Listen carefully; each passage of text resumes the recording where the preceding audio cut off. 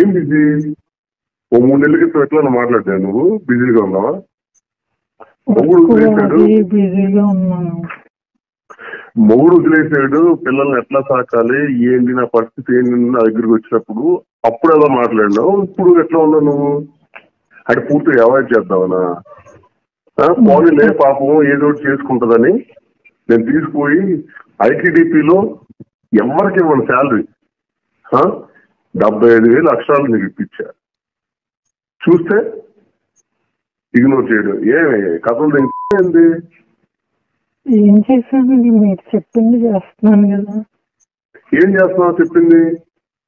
వినాయక చవితికి వస్తానన్నావు, వినాయక చవితి అయిపోయిన తర్వాత వస్తానన్నావు. నేను వినాయక చవితి అయిన కాడి నుంచి కాల్ చేస్తావన్నా, బిజీగా ఉన్నా అదున్నా.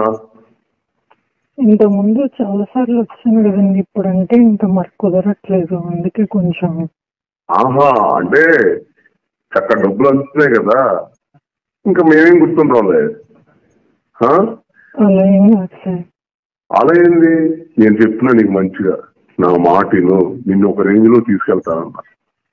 చాలా మంది నా మాట అన్నారు. నీకు ఒక విషయం చెప్తున్నా విను. ఉండవాళ్ళు అన్ని విషయాన్ని ఏ స్టేజ్ నుంచి ఏ స్టేజ్ తీసుకొచ్చినా దాన్ని నేను ఈ రోజు నువ్వు ఒక్కసారి ఆలోచించుకో. నేనేమి కోపపడుతున్నాను ఇట్లా చెప్తున్నాను నువ్వేమనుకో మాక. ఒక్కసారి ఆలోచించుకో. నువ్వు నా మాట వింటే నేను హై రేంజ్ లో పెడతా. రేపు మన గవర్నమెంట్ వచ్చినప్పుడు నేను ఎలా చూస్తానో, ఎలా చూపిస్తానో, ఏ రేంజ్ లో నేను నిలబెడతానో చూడు. ఖచ్చితంగా నామినేటెడ్ పదవిలో ఉంటావు నా మాట వింటే.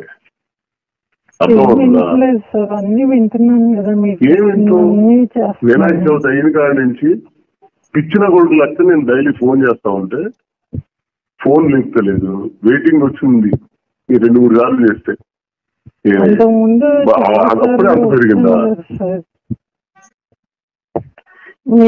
మీతోనే కాకుండా అంతమంది. ఏం బిజీ? ఓ 3 నెలల క్రితం ఎట్లా మాట్లాడావు? నువ్వు బిజీగా ఉన్నావా? మొగుడు వదిలేసాడు, బిజీగా ఉన్నాను.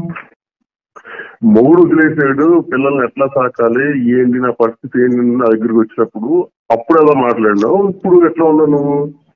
అంటే పూర్తిగా అవాయిడ్ చేద్దామనా? పోనీలే పాపం ఏదో చేసుకుంటుందని నేను తీసుకుపోయి ఐటీడీపీలో ఎవరికి ఇవ్వను శాలరీ 75,000 అక్షరాలు నీకు ఇప్పించా.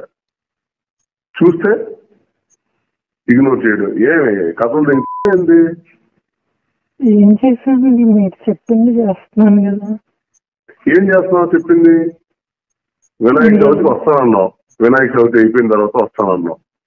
నేను వినాయక చవితి అయిన కాడి నుంచి కాల్ చేస్తావన్నా, బిజీగా ఉన్నా అదున్నా.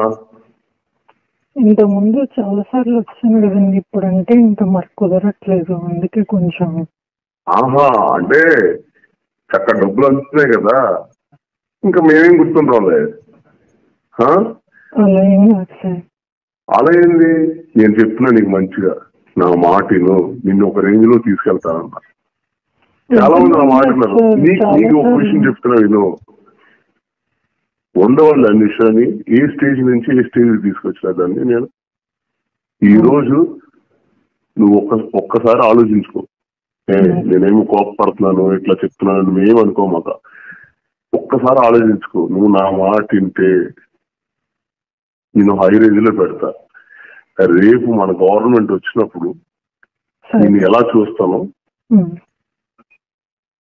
ఎలా చూపిస్తానో, ఏ రేంజ్ లో నేను నిలబెడతానో చూడు. ఖచ్చితంగా నామినేటెడ్ పదవిలో ఉంటావు నా మాట వింటే.